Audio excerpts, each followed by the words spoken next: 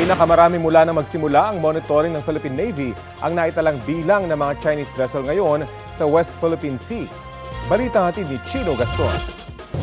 You are endangering the safety of our crew and passengers. Sang-ayon ng Philippine Navy, delikado ang ginawa ng helicopter ng China noong buntutan at dikitan nito ang eroplano ng BFAR na nagmamaritime patrol sa Bajo de Masinloc o Panatag Shoal. They are unsafe maneuvers. They are uncalled for, unprofessional. We leave it up to the BFAR to issue the appropriate official statement on that. But again, actions like this have no place in the aviation industry. Sa pinakabagong monitoring ng Philippine Navy, 12 Chinese ship ang namataan sa Bajo de Masinloc. Pero mas marami pa sa Ayungin Shoal kung saan sumadsad ang BRP Sierra Madre.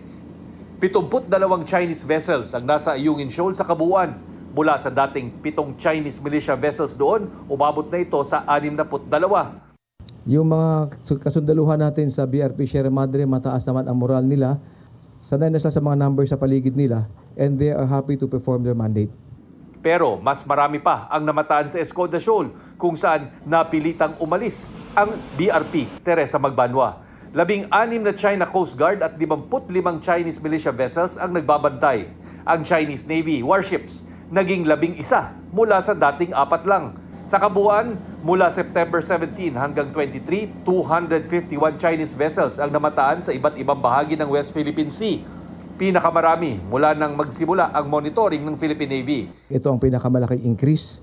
From 157, it went down a bit, then it went up to 251.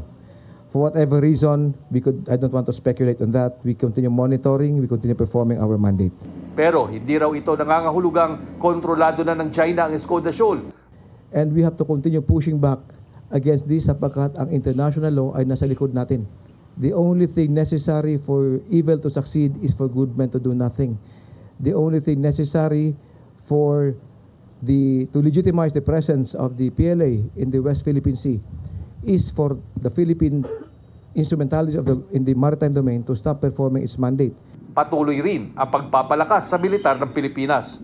Dumating ang 2 fast attack interdiction craft mula Israel na kayang magpakawala ng missiles.